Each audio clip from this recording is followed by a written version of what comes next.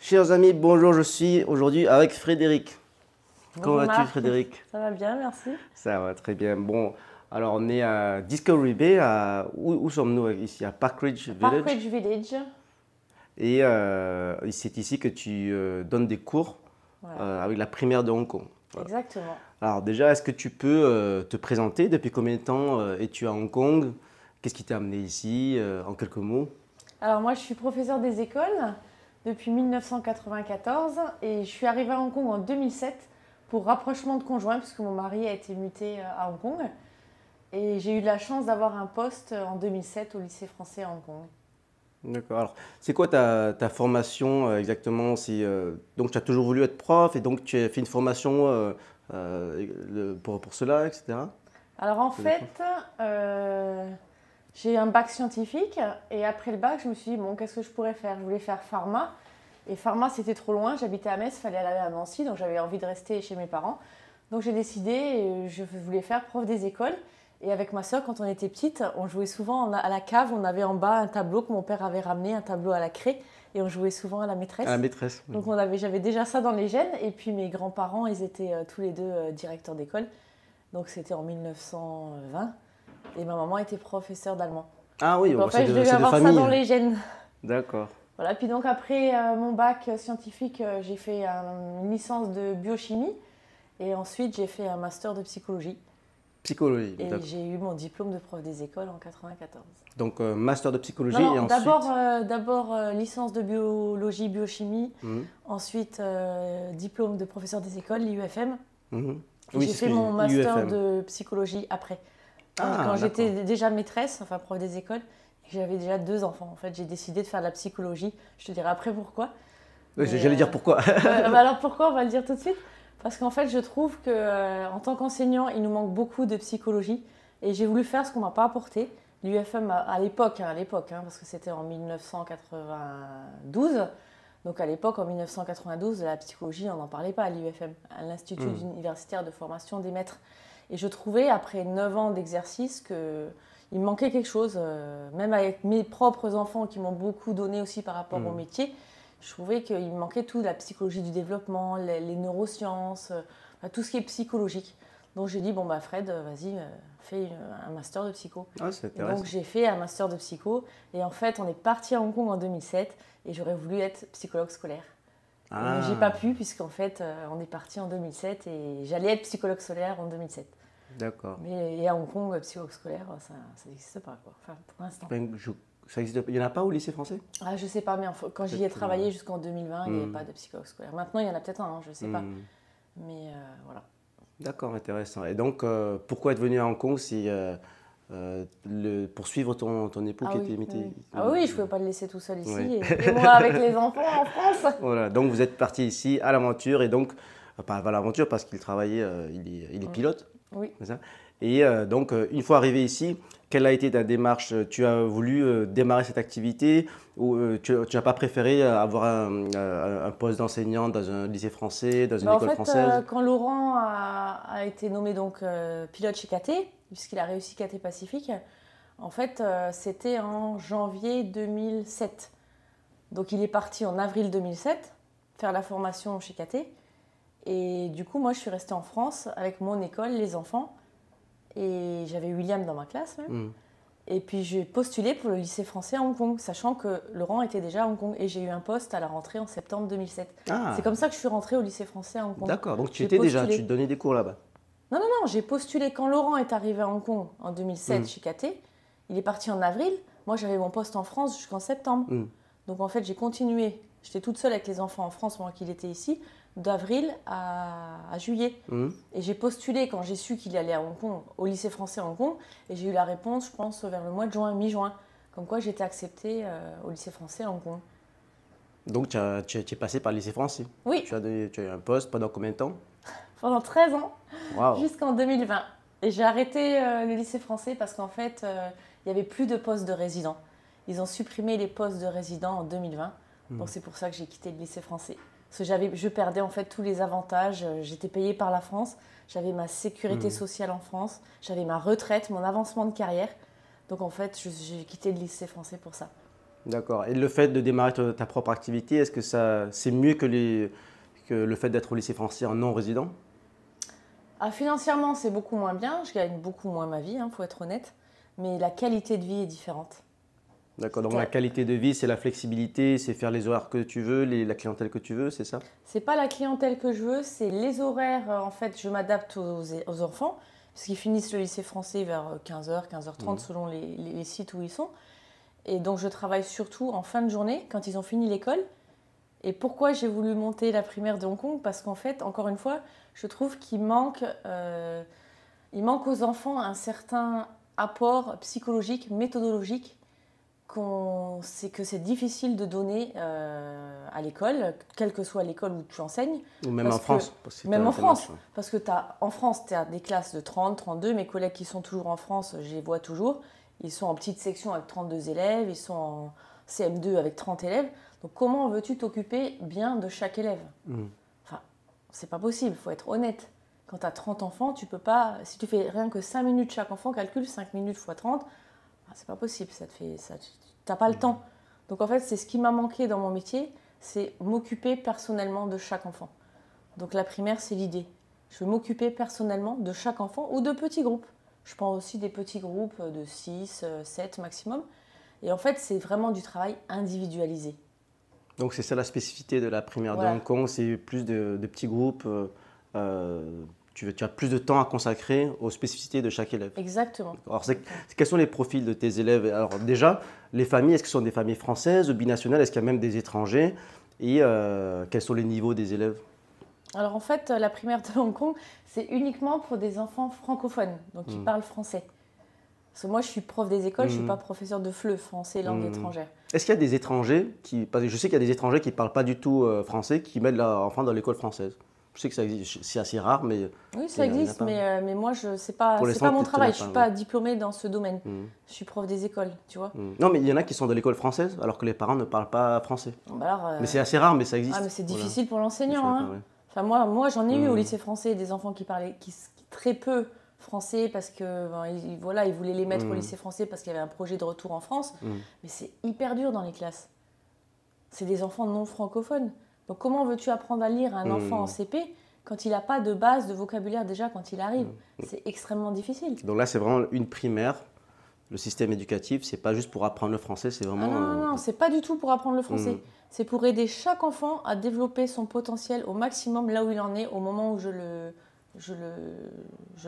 suis avec lui, quoi. D'accord. Donc, la plupart de tes élèves, ils sont déjà au lycée français et après, ils viennent pour avoir cette pédagogie en plus, cette psychologie, etc. Ou est-ce qu'ils peuvent être dans une école anglaise, américaine, internationale? Je suppose qu'il y a tout profil. Donc, souvent, ça peut être des familles françaises qui ont leur enfant dans le système international ou local.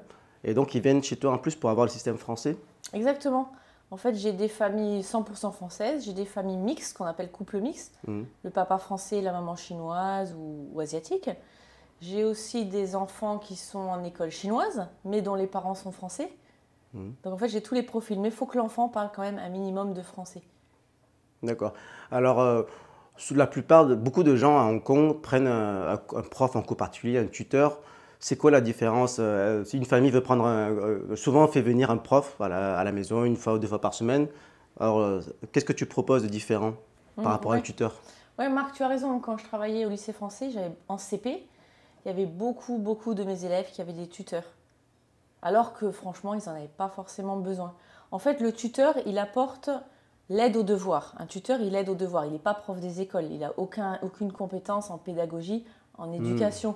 Donc en fait, un tuteur, ça peut aider à faire des devoirs, tu vois. Mais moi, je suis professeur des écoles. Donc en fait, j'aide pas à faire les devoirs, c'est pas mon métier. J'aide à apprendre à travailler, à donner des techniques, des méthodes pour faire progresser l'élève. Parce que c'est mon métier. J'apporte aussi des méthodes psychologiques quand ça va pas, des enfants autistes, des enfants aspergés. En fait, comment aider ces enfants-là? À l'école, c'est très difficile. Encore une fois, tu n'es pas formé, tu n'es pas diplômé. Donc moi, mon travail, c'est d'aider tous les enfants, quels qu'ils soient, à développer leur potentiel, à aimer l'école et à acquérir des compétences pour être un excellent élève. D'accord. Et si les élèves sont déjà d'excellents élèves au lycée français, ils n'ont pas de tuteur, ils n'ont pas de la primaire de Hong Kong, est-ce que c'est quand même utile pour eux de venir? Est-ce qu'ils ont le plus, qu'est-ce que tu leur recommandes? Bah, bien sûr, on peut toujours pousser les élèves. En fait, un élève, c'est facile, tu lui donnes plus. C'est comme quand tu manges, t'as encore faim, tu manges plus. Ben, l'élève, c'est pareil. Tu lui donnes plus, il va progresser. Aujourd'hui, j'ai des élèves qui sont en CM1, CE1, CP.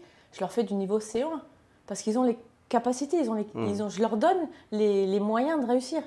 Donc en fait, Pousse un petit peu leurs limites, bien sûr. Et en leur fait, ça ouverture marche. d'esprit, Parce curiosité. qu'un enfant, ça a besoin, en fait, plus tu le nourris, plus il a envie, et en fait, on s'arrête jamais. Donc c'est ce que j'ai remarqué avec la primaire, c'est que je suis des enfants en CM1, CP, grande section. En fait, moi, je ne m'occupe pas de leur niveau. Bien sûr, au départ, ils sont en grande section, je fais de la grande section, je vois où ils en sont, etc. Mais en fait, quand le gamin, il avance, bah, tu suis avec lui. Tu continues, tu pousses sans faire exprès, tu pousses, c'est normal. Parce qu'il a déjà fini les compétences de gérant de section, donc tu vas commencer celle de CE1 et tu continues. Oui, c'est pour ça que c'est vraiment du cas par cas, tu vois, Ah, par ouais, rapport au niveau de exactement. l'élève, où tu peux l'aider à aller un peu plus loin. D'accord. Et inversement, est-ce que tu as des élèves avec des besoins spécifiques, des dyslexiques, autistes, des handicapés? Est-ce que c'est quelque chose avec lesquels tes compétences, notamment psychologiques, peuvent aider Ah oui, oui. Oui, aujourd'hui, j'ai un élève autiste en CP. Donc depuis septembre, donc ça fait septembre, octobre, novembre, décembre, janvier, février, ça fait 4 mois. Et on a beaucoup progressé. Beaucoup, beaucoup grâce à mes compétences psychologiques, éducatives, pédagogiques. Mais c'est vrai que j'ai beaucoup apporté à l'enfant et ça fait plaisir personnellement de voir que l'enfant progresse, ce que tu ne peux pas faire honnêtement dans une classe de 25.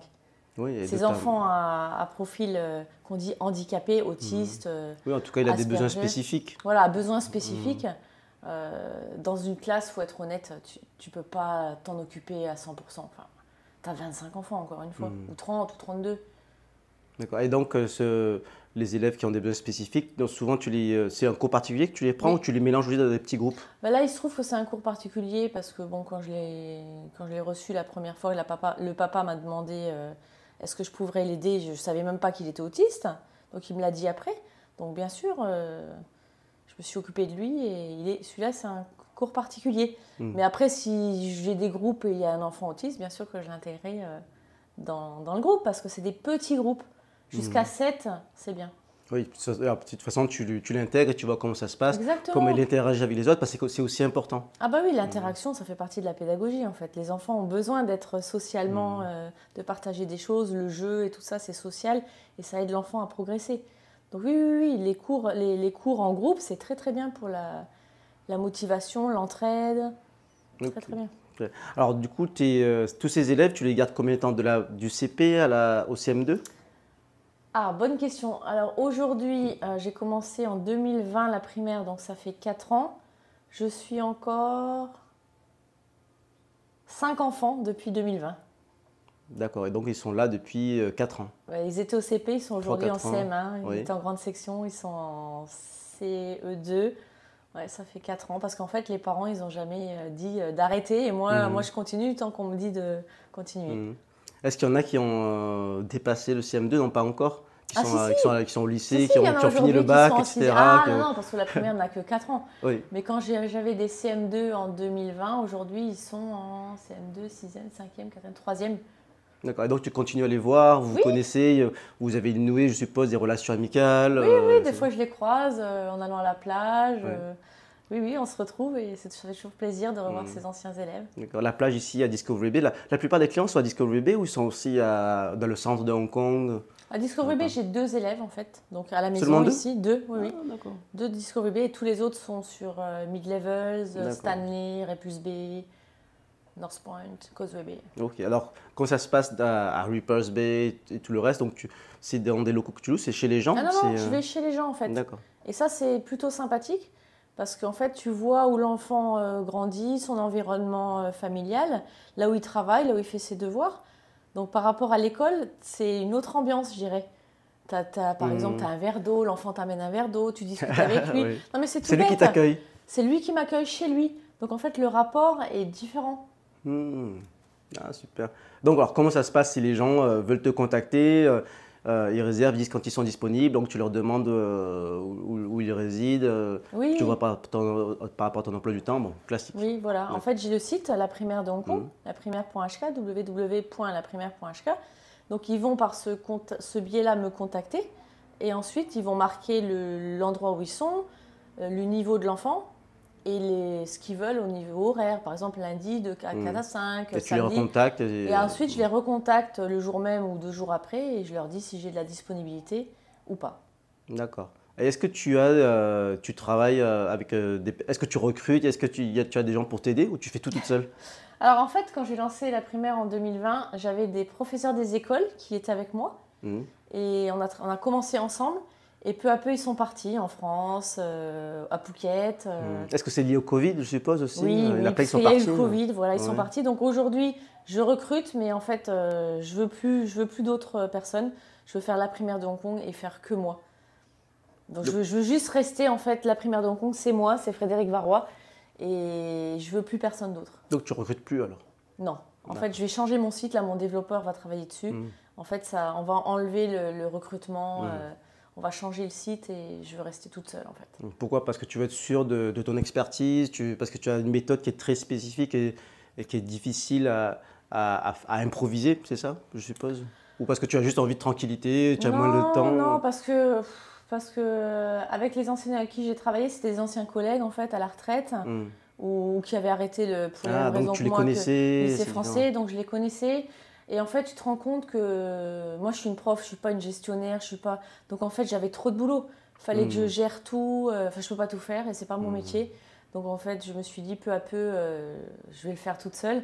Et puis encore une fois, j'amène mes compétences en psycho aussi que les autres n'avaient pas. Donc en Oui. fait, c'est difficile après de demander aux collègues de faire la même chose que moi, Hmm. sachant qu'ils n'ont pas les mêmes comment dire, les mêmes Ouais, le même background. connaissances. Oui, oui, Voilà. tout à fait. C'est un Donc, peu la même chose dans le sport, dans les oui, arts martiaux, dans tout, bah, quoi. tout C'est à un fait. service Ouais. et spécifique à toi. D'accord, très bien. Donc en fait, et, est-ce qu'il y a eu d'autres impacts par rapport au Covid, à part le fait que les gens soient partis? Est-ce qu'il y a eu moins de clients parce qu'il y a moins de Français à Hong Kong? Là maintenant, déjà, même après le Covid, il y a moins de Français à Hong Kong. Est-ce que toi, tu le sens, moins de clientèle, moins de familles, ou il y a pas eu de changement particulier? Bah, en fait, quand j'ai lancé la primaire en 2020, il y a eu le début du Covid, tu sais, les Hmm. classes qui fermaient, Hmm. l'école qui fermait.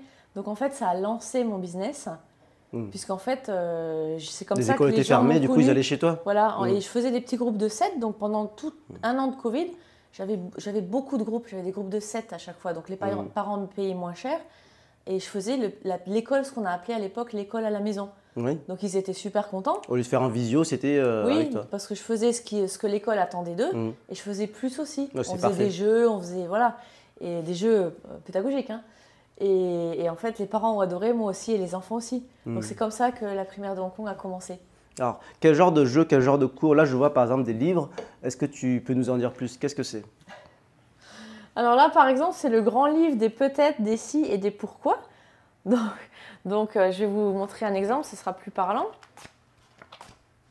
On va faire celui-là. Peut-être que les clowns ont de grandes chaussures parce qu'ils ont de grands pieds. Donc en fait, l'enfant regarde l'image, il lit, s'il est au CP, on va dire en janvier, il peut lire. S'il est en CE1, bien sûr, CE2, etc., il peut lire. Mais le but, c'est en fait de faire de l'expression orale avec l'image, qu'est-ce que tu vois selon le niveau. Et ensuite, en CM2, par exemple, CM1, même CP, hein, faire écrire l'enfant. En fonction des programmes de CP de chaque niveau, de CE1, etc. On peut faire travailler les enfants sur une lecture d'images, en expression écrite, en expression orale. Donc ce livre, il est super riche parce qu'en fait, on peut travailler tout, la lecture, l'expression orale, la rédaction, l'expression écrite, l'écrire. Donc j'adore ce livre. Le grand livre des peut-être, des si et des pourquoi. Très bien. Alors, ça, c'est pour quelle classe? Mais tous les niveaux. Tous les niveaux. En fait, tu fais ça à tous les niveaux. C'est pour ça, en fait, la plupart de mes documents que j'ai là dans ma bibliothèque sont accessibles à tous les niveaux. C'est à toi, enseignant, de t'adapter au niveau de l'enfant et de proposer des activités qui vont être compatibles avec le livre. Ok, très bien. Et ensuite, il y en a quoi? Le loup qui s'aimait beaucoup trop. Alors, j'adore cette série de livres. Le loup qui s'aimait beaucoup trop, le loup qui, je sais plus, le loup qui... C'est toute une collection. Ah bah je les ai pas, zut. Le loup, le loup, le loup, le loup, voilà. Ah non, ça c'est mes petits albums.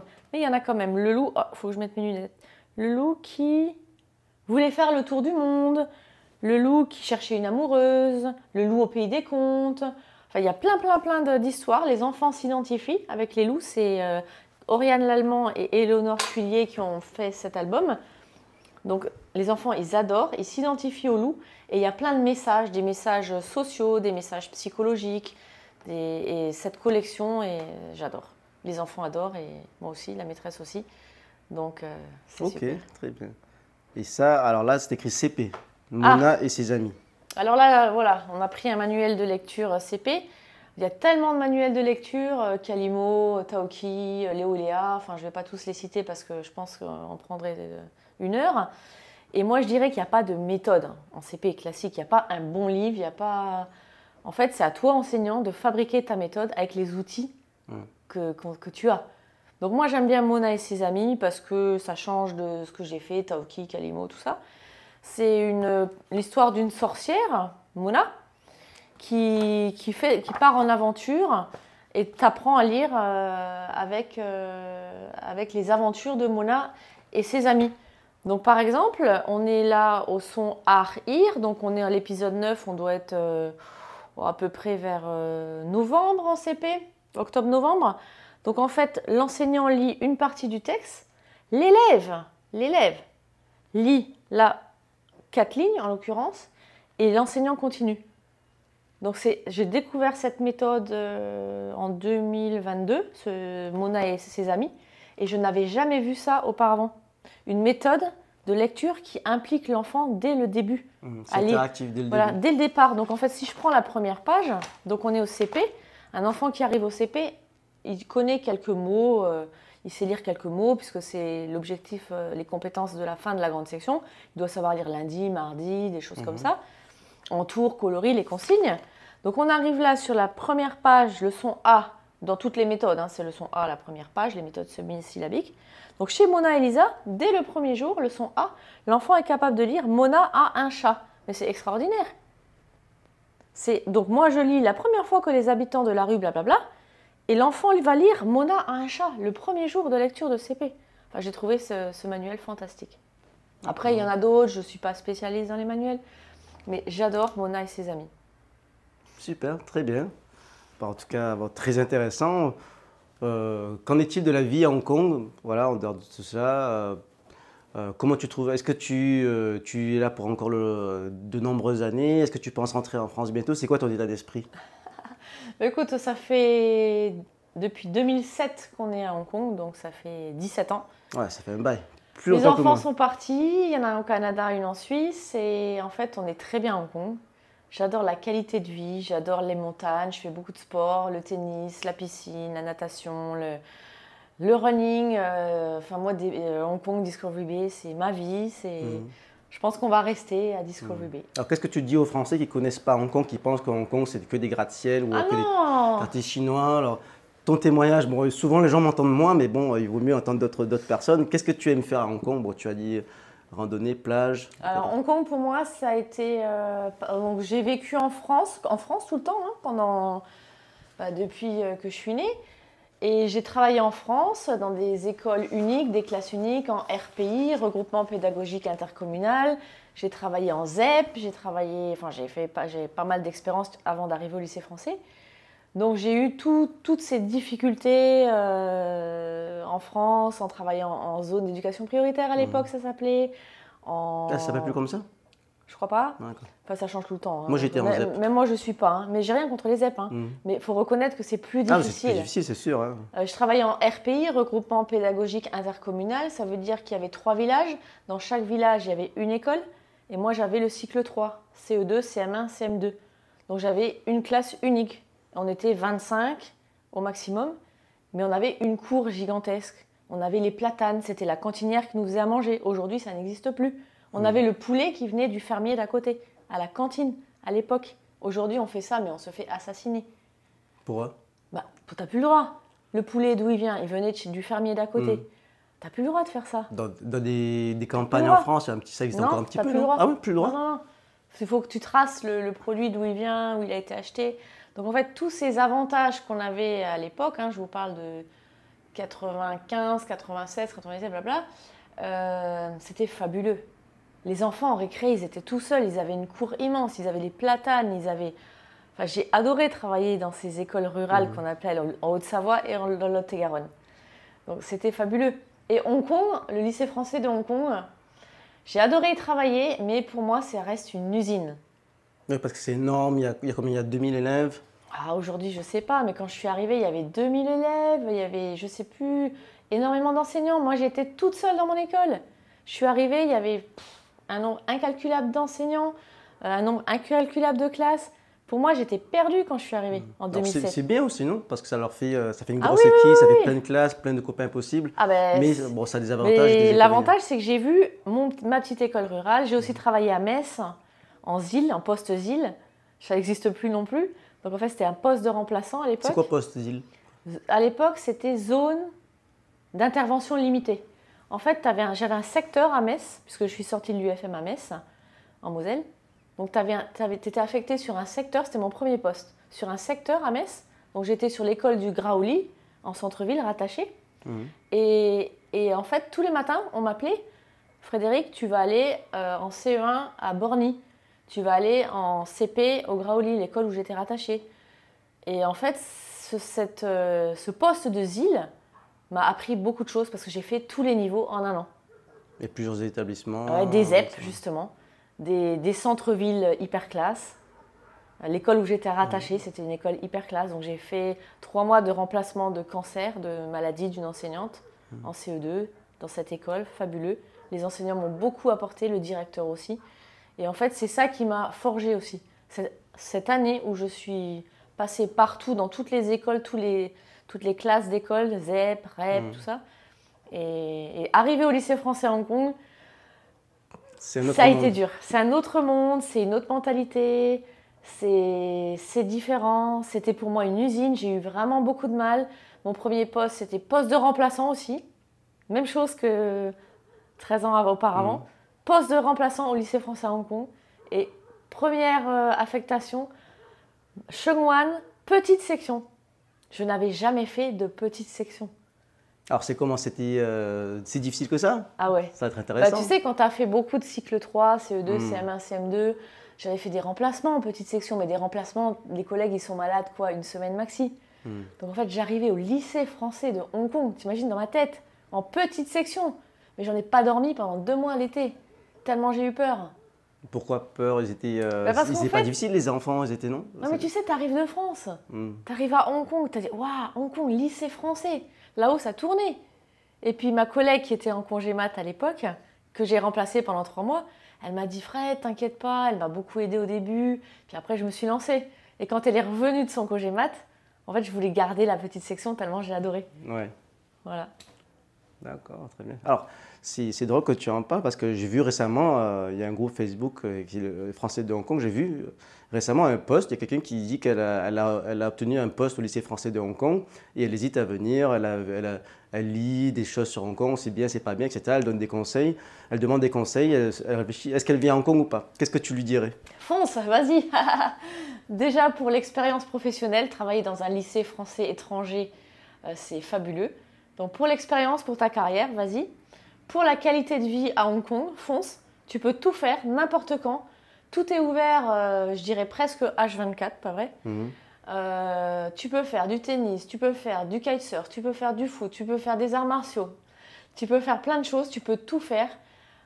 Certes, c'est une ville qui est très chère, très très chère, donc il faut le savoir avant de venir. Ton loyer va être hors de prix. Tu vas gagner ta vie normalement au lycée français de Hong Kong. Tout dépend de ton ancienneté. Non, il y a des profs qui gagnent bien au lycée. Hein. Oui, des profs comme moi, hors classe, fin de carrière. Mais je ne te dirai pas combien j'étais recrutée en septembre 2020 au lycée français à mi-temps. Les nouveaux profs maintenant, c'est différent. Même moi, mi-temps au lycée français, septembre 2020, quand je suis partie, je ne te dis pas combien je gagnais. Mi-temps, hors classe, fin de carrière. Je ne te dis pas. C'est pour ça que je suis partie aussi. Parce que mi-temps, tu perdais tous les avantages au lycée français à Hong Kong. Tu perdais la mutuelle, tu perdais tout. Donc en fait, c'est pour ça que je suis partie aussi. Mais bon, en tout cas, la vie à Hong Kong, ça vaut le coup de tenter. Ah oui, Donc, oui, toute faut... personne qui a une proposition oui. d'expatriation, Ah tu oui, le oui. recommandes. Oui, et c'est fabuleux aussi si vous avez des enfants. Mes enfants, ils sont ouverts culturellement, ils sont ouverts. Le lycée français leur a apporté beaucoup de choses. Il y a vraiment une dimension, une culture internationale. Ouais, ouais, ouais. Aujourd'hui, ils sont au Canada et en Suisse et je pense que c'est grâce à Hong Kong. Ils sont bilingues tous les deux, ils n'ont pas été en classe bilingue. Ils sont bilingues tous les deux. Et franchement, Hong Kong leur a apporté une ouverture d'esprit, l'esprit critique, le mode de travail asiatique, c'est-à-dire on travaille tout le temps. Et franchement, je remercie Hong Kong et le lycée français. Oui, tu m'en parlais tout à l'heure, c'est-à-dire que ta fille maintenant elle a un bon job, Mm. mais elle a acquis une certaine culture du travail qui est parfois un petit peu même choquante en France. Elle répond à des emails à 3 heures du mat, etc. Et ça, c'est probablement dû au fait qu'elle ait grandi à Hong Kong, qu'elle ait certaines valeurs de travail qu'on n'a peut-être pas en France. Exactement. Ma fille, donc Clara, travaille, envoie des mails à 11 h du soir à son équipe, à 2 h du matin. Et elle ne comprend pas pourquoi son patron lui dit Clara, il ne faut pas envoyer de mail à 11 h du soir, 3 h du matin. Donc Clara a vécu en Asie, elle est arrivée, elle avait 7 ans à Hong Kong. Et elle a la culture asiatique, ce que j'appelle la culture asiatique au niveau du travail, c'est-à-dire qu'elle travaille, elle travaille, elle travaille. Mais pour elle, c'est naturel. Alors que comparé peut-être à des enfants en France, je ne sais pas, j'ai mes neveux, mais j'ai pas d'autres comparaisons. Ils n'ont peut-être pas cette mentalité du travail qu'ont les pays asiatiques. Ouais, alors c'est intéressant, bon, on s'égare un petit peu du sujet, mais bon, je trouve que c'est intéressant. C'est bien ou c'est pas bien? Parce qu'en France, on va dire souvent, ouais, il ne faut pas travailler plus de 35 heures, il ne faut pas envoyer des mails le week-end. Parfois, je crois que ça peut devenir illégal, des SMS ou emails le week-end. Voilà, donc peut-être que tu peux avoir des a priori avant de venir à Hong Kong, mais est-ce qu'on peut, en venant de France, s'adapter finalement et acquérir cette mentalité de travail? Pas H24, on ne va pas tous envoyer des mails à 3 heures du matin, mais bon, finalement, quelqu'un qui vient en France, qui a un peu peur de trop travailler, d'être un petit peu perdu à Hong Kong, normalement, finalement, quand on arrive, tout se passe bien. Ah oui, oui, tout se passe bien. Moi, quand je suis arrivée, j'étais prof en France, donc prof, c'est 8h30, 4h, quoi. Donc, je faisais mes horaires, je bossais après le week-end, après la classe, mais j'ai fait pareil au lycée français à Hong Kong. Donc en fait, moi, ça n'a pas changé de mon côté enseignant. Mais peut-être que d'autres métiers, je ne sais pas, quand tu arrives à Hong voilà, Kong, pour les enfants qui sont nés, qui ont grandi à Hong Kong, qui vont travailler dans des domaines différents. Ouais. Peut-être si tu travailles dans d'autres domaines, hors éducation, je ne sais pas comment ça se passe, mais peut-être que tu travailles plus qu'en France, peut-être. Est-ce qu'au lycée français à Hong Kong, tu travailles plus qu'en France? Oui. C'est-à-dire, est-ce que tu envoies des mails le week-end à 3 heures du matin? Non, parce que sinon tu t'en sors pas. Donc moi, c'était pas de mail le week-end, mais j'ai énormément travaillé au lycée français à Hong Kong. J'ai plus travaillé que quand j'avais CE2, CM1, CM2 dans la même classe en France. Oui. Parce qu'en fait, tu as la pression du lycée français international, tu as la pression des parents, tu as les bacs mentions très bien derrière. Donc en fait, il faut savoir que c'est une grosse pression de travailler dans n'importe quel lycée français international. Oui, parce qu'il y a une pression d'avoir la mention très bien en compte. Exactement. En fait, il y a 100% de réussite au bac ici. Donc tout le monde a le bac, mais en fait, ce qui fait la différence, c'est d'avoir la mention très bien. Exactement. Donc il y a le petit club de ceux qui ont la mention très bien et ceux qui ne l'ont pas. Donc il faut les préparer dès le CP, dès la maternelle pour qu'ils aient bac mention très bien. Ce que n'ont pas eu mes enfants, mais ils s'en sont très bien sortis. Ils s'en sont très bien sortis, voilà, un petit clin d'œil. Si on n'a pas tous la mention très bien, on y arrive quand même. Ok, très bien. Ok, bon, on a fait une petite pause. Et alors, on a parlé du rôle que tu as par rapport à un tuteur. Donc, tu nous as dit que le tuteur est essentiellement là pour faire les devoirs, pour aider aux devoirs. Et donc, est-ce que toi, tu peux le faire aussi? Est-ce qu'il y a des familles qui inscrivent leurs enfants pour que tu les aides à faire les devoirs, tout simplement? Alors, au départ, ils me disent, Frédéric, il faut faire les devoirs avec mes enfants. Je dis non. Moi, la primaire de Hong Kong, c'est pas on fait les devoirs.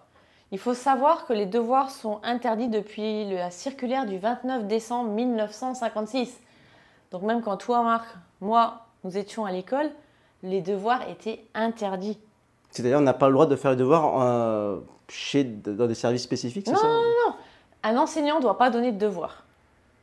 Donc je vais te lire la circulaire parce que plein de parents, d'enseignants aussi, enseignants tu le sais, ne savent pas. Aucun devoir écrit, soit obligatoire, soit facultatif, ne sera demandé aux élèves hors de la classe.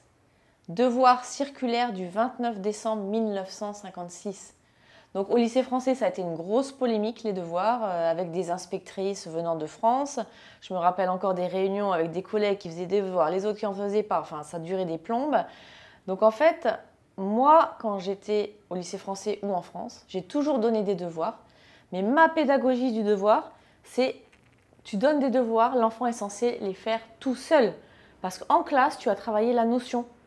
Donc en fait, normalement, tout enseignant qui donne un devoir à ses élèves à faire à la maison, l'enfant doit les faire tout seul. Si un enfant ne les fait pas tout seul, c'est qu'il y a un problème.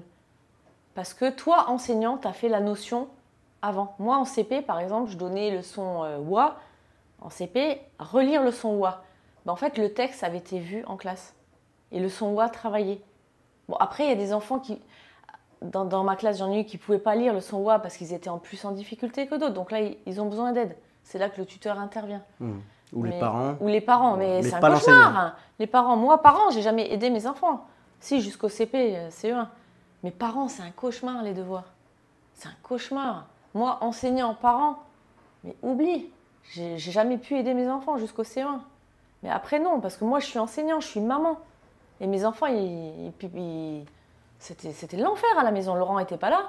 C'était l'enfer pour les devoirs. On s'est battus jusqu'au jour où j'ai dit, mais en terminé, vous les faites tout seuls, les devoirs. Je n'ai jamais aidé mes enfants. Et bon, ils ont tout fait tout seuls depuis le... Bah après, Laurent, quand il était là, il a beaucoup aidé. Il aidait un petit peu. Il aidait un petit peu en maths, William. Ouais. Mais non, moi, je ne pouvais pas aider mes enfants parce qu'en fait, ils avaient une opposition avec moi. T'es notre maman, t'es pas notre maîtresse, t'es pas notre prof. Et moi aussi, en tant que prof, c'était difficile pour moi de savoir que c'était mes élèves, c'était pas mes enfants. Et donc, on se fritait à chaque fois, quoi. Et en CE1, quand ils sont arrivés au lycée français, je vais c'est terminé, vous vous débrouillez tout seul, puisque les soirs, c'était fight, fight, fight. On se battait. Donc, toute seule, quand Laurent était en vol, c'était impossible, c'était un cauchemar, les devoirs, sachant que derrière, il fallait que je prépare ma classe, hein. Donc, tu fais les devoirs avec tes enfants, il est 7 heures, le bain, la douche. Après, tu as ta propre classe à préparer. Donc, tu te couches, il est minuit. Hein. Donc, les devoirs avec mes enfants, ça a été clair. Arrivé à Hong Kong, vous vous débrouillez. Non, et quand Laurent était là, il prenait le relais. Mais après, bon, là, c'est dans le cas particulier des professeurs qui sont aussi des parents. Mais en général, c'est la galère. Si. Mais dans les familles, dans la plupart des familles, non, c'est la galère. Les parents, tu les recommandes d'aider les enfants Ah, mais non, mais en tant que parent, c'est pas votre métier. D'accord. Il faut vraiment les laisser être autonomes. Bah, après, un enfant qui va lire en CP, tu es obligé de suivre la lecture pour voir s'il raconte quand même, si ça a du sens, s'il lit les mots qui sont écrits. Mais tu n'es pas un enseignant, c'est pas à toi de faire le travail de la maîtresse, tu vois. Tu n'as pas un passager dans l'avion qui va dire au pilote comment conduire l'avion. Mais nous, c'est pareil. Les parents ne sont pas des enseignants. Donc, notre travail en tant qu'enseignant, quand on donne des devoirs, c'est que le parent aide juste à suivre, par exemple, la ligne de lecture en CP. Mais ne donne pas la réponse, ne n'aide pas à trouver... si tu donnes la réponse, déjà, ça ne sert à rien. Donc, en fait, il faut juste guider l'enfant, lui dire, allez, tu as un timer, tu as 2 minutes pour faire tes maths, tu as 1 minute pour lire un texte. Mais stop, l'enseignant n'est pas... le parent n'est pas pédagogue, n'est pas enseignant. Donc, on ne peut pas demander à des parents de faire le travail d'un enseignant. Ce n'est pas leur rôle, ce n'est pas leur métier. Enfin, c'est ma conception des devoirs. Et si l'enfant bloque, qu'il n'arrive pas à trouver la réponse, est-ce qu'il laisse l'exercice pas fini, après il demande au prof quand il retourne à l'école ou tu peux. Moi, j'avais des parents qui me disaient, Frédéric, on s'en sort plus, on n'arrive pas à faire les devoirs en CP, en CE2, en CM2. Ben, laissez tomber. Et du coup, je voyais l'enfant à la récré et on faisait les devoirs tous les deux. Mais ça, c'est ma façon de travailler, tu vois. Après, je sais qu'au lycée français, plein de collègues donnaient des devoirs, ça se passait très bien. Mais avec l'inspectrice, ça se passait très mal, puisque les devoirs sont interdits. Alors oui, ça c'est intéressant. Moi-même, je n'étais pas au courant. Depuis 1956, on ne peut pas donner de devoirs écrits. Non, mais moi, quand j'étais à l'école, j'avais des devoirs. Bah, moi aussi. Et ça, c'est interdit? C'est interdit, oui. Intéressant. Oui, mais c'est pas appliqué. Il y a plein de choses qui sont interdites en France. Disons que quand tu es inspecté, ça veut dire quand en fait on vient noter ton travail, un inspecteur vient de France ou un inspecteur en France qui vient, si tu donnes des devoirs, tu peux te faire noter sur ton rapport que tu ne respectes pas la circulaire du 29 décembre 1956. Donc c'est pas très bon pour ton rapport d'inspection. Et les collègues qui étaient pour les devoirs au lycée français, comme tous, faut être honnête, bah, je pense que quand ils ont été inspectés, ça n'a pas dû très bien se passer. Puisqu'en réunion avec divers inspecteurs, c'était toujours le thème qui revenait, les devoirs, les devoirs. Mais comment il est arrivé cette loi? Pourquoi ils ont fait cette loi? Donc tu me demandes, je sais pas moi. Hé, j'étais pas née en 1956. Ouais. Je suis pas si vieille que ça. Ouais, mais je veux dire que la mentalité, c'était que les enfants soient épanouis en dehors de l'école, qu'ils consacrent leur temps à faire autre chose que l'école, c'est ça? Je Bah, tu suppose. sais qu'à l'époque, en fait, les enfants, ils travaillaient dans les champs. Ouais. Ah, Donc, d'accord, en donc fait, comme ça, ils pouvaient travailler ailleurs. En fait, ils travaillaient D'accord, dans les ouais. champs et ils aidaient les parents. Enfin, mon D'accord, grand-père, ouais, il c'est peut-être ça, ouais. mon grand-père, il était directeur d'école et il me racontait, avant, tu sais, donc ça date de 1910, hein, qu'avant, déjà, on ne travaillait pas le jeudi, parce qu'en fait, c'était les champs. Donc, les enfants n'avaient pas école le jeudi, ils allaient labourer les champs, ils Ouais. allaient aider ou d'autres Ok. métiers. Donc, je pense que ça vient peut-être de ça, à vérifier. D'accord. Oui, je suis assez surpris. Là, ça a du sens, ouais, parce que quand tu me dis qu'il y a eu cette loi, je me dis, bon, c'est une loi qui est récente. Non. Ça fait un petit peu progressiste, etc. Mais Il en faut fait, l'équilibre de honnêtement, l'enfant, moi, mais- j'y suis il n'y a pas longtemps, cette loi. Hmm, C'est quand l'inspectrice est venue à Hong Kong. Hein. hmm. Parce que je donnais toujours des devoirs à mes élèves depuis que je suis enseignante. Et quand elle a dit les devoirs sont interdits, on a tous fait un bond d'1,50 m parce qu'il y a très peu d'enseignants qui le savaient, cette loi de 1956, Ouais. cette circulaire. Mais bon, en fait, dans la pratique de nos jours, il y a très peu d'enseignants même qui le savent. Et il n'y a personne qui a des problèmes, non? À cause des devoirs? Si, il y en a. Si. Tu crois? Ah oui, plus que C'est quoi les sanctions? Qu'est-ce qui leur arrive? Ils sont suspendus, ils ont un Non, t'es pas blâme. suspendu, mais tu as des parents qui viennent te dire que les devoirs sont interdits, qui le savent très bien.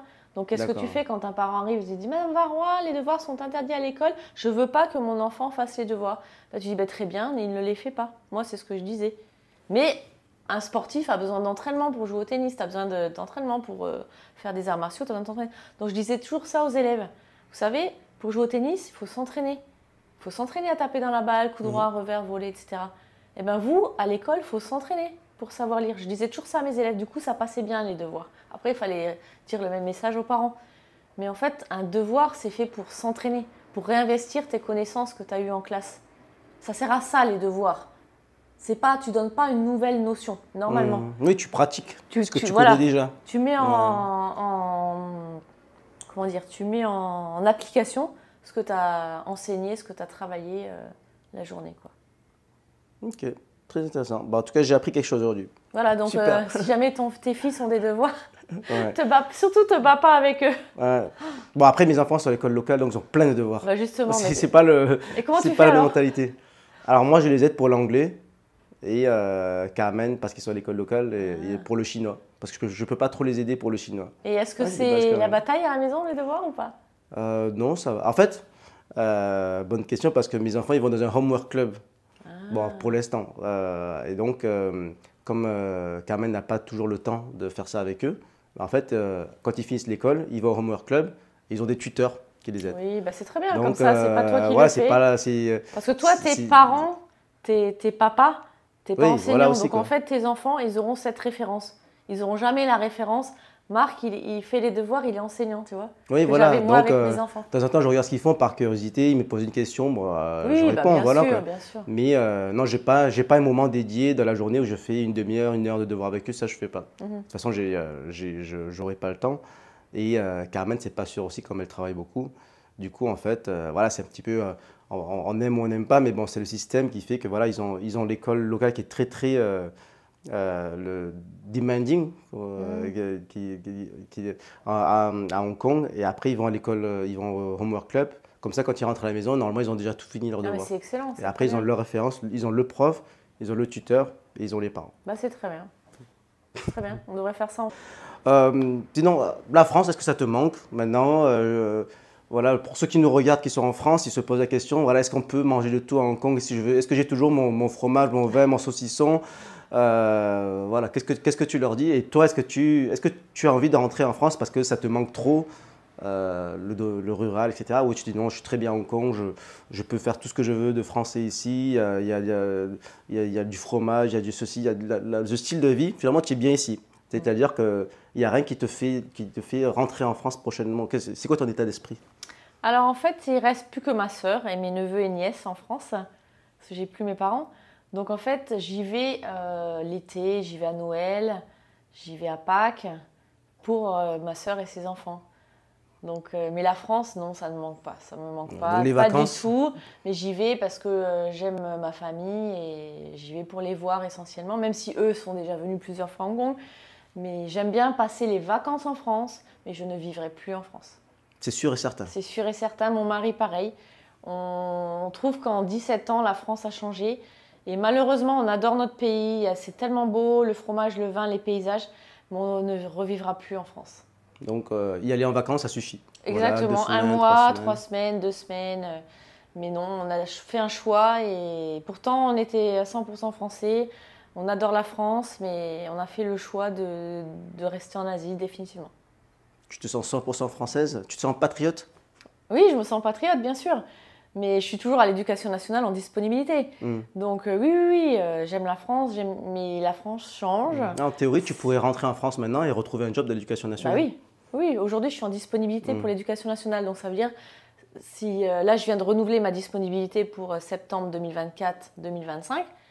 Donc ça veut dire qu'ils n'ont pas, je suis rattachée au Lot-et-Garonne, donc en fait ils ont lâché mon poste, mon école où j'étais, la dernière école où j'étais. Mais si demain, pour X raisons, je dois retourner en France, j'aurai le même poste que j'ai quitté en 2007, Ok, dans le très bien. Lot-et-Garonne.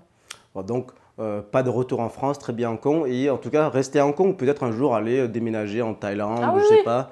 oui, je Quoi pense ouais. qu'on va finir, quand on sera vieux, hein, en Dans retraite. très longtemps. Oh non, ça passe tellement vite, on ira en Thaïlande. Ah, On c'est pense- déjà décidé? Oui. J'ai dit ça par hasard, mais bon, ok. Oui, parce que mon mari aime beaucoup la Thaïlande, moi Ouais. aussi, et on y va souvent en vacances. Et donc, je pense que Ouais, notre moi choix, aussi. aujourd'hui, notre choix est axé sur la Thaïlande. Ouais, parce que depuis Hong Kong, on peut très facilement voyager en Thaïlande et partout en Asie. C'est aussi une des raisons pour lesquelles beaucoup de Français acceptent des jobs à Hong Kong. Alors, on peut aller en Thaïlande pour un week-end, pour quelques jours, pour une semaine, c'est très pratique. Et c'est tellement pas cher, les gens sont tellement gentils, comme les gens sont gentils à Hong Kong. Mais en Thaïlande, c'est plus convivial. Tu trouves de tout à des prix abordables. Bah, comme à Hong Kong, tu peux manger chinois pour 20 $. Oui, oui. Tu peux manger très cher pour 2 prix. Ouais, si tu cherches des choses chères à Hong Kong, Voilà. tu trouves. Mais tu peux aussi manger pas cher. C'est ça que j'aime bien à Hong Kong. Tu peux avoir un bon plat pour 20 $. Tout à fait. Donc Hong Kong, c'est ça. Tu peux t'habiller très 20 cher. $, ça fait 2 euros, 2 euros et demi. Tu peux t'habiller très cher ou tu peux t'habiller pour 10 €. Même moins dans les marchés. Donc en fait, Hong Kong, c'est ça aussi. C'est cette capacité que tu as de pouvoir choisir le cher, le luxueux, encore plus cher, ou le pas cher, normal, ou le vraiment pas cher. Que ce soit au niveau alimentaire ou que ce soit au niveau vestimentaire. C'est pour ça que j'aime bien Hong Kong aussi. Ok, bon, très bien. En tout cas, moi je trouve que ce que tu fais avec la première de Hong Kong, c'est vraiment une très bonne initiative. Ça contribue au rayonnement de la France dans le monde. Et c'est une manière d'être patriote aussi. Donc, très intéressant. Est-ce que tu as quelque chose à ajouter, un message, des conseils que même en dehors du domaine de l'éducation, dans tous les domaines, des Français qui veulent venir à Hong Kong, qu'est-ce que tu leur dis pour préparer, des conseils divers? Alors des pour conseils, s'expatrier? c'est si vous voulez aller, si vous avez l'occasion, l'opportunité d'aller à Hong Kong, allez-y. Allez-y pour les diverses raisons que j'ai citées précédemment. Ce sera une ouverture pour toute la famille. Et au niveau de l'enfant, ce que je dirais, c'est qu'il faut laisser à chaque enfant la capacité de s'épanouir. L'enfant doit être heureux à l'école. Et c'est ça que, pour moi, le plus important, c'est qu'un enfant arrive heureux à l'école. Un enfant qui vient à l'école, qui fait la tête, eh ben, déjà la journée va mal se passer. Donc en fait, pour moi, c'est obligé qu'un enfant vienne avec le sourire à l'école, dans ta classe. Sinon, c'est pas possible.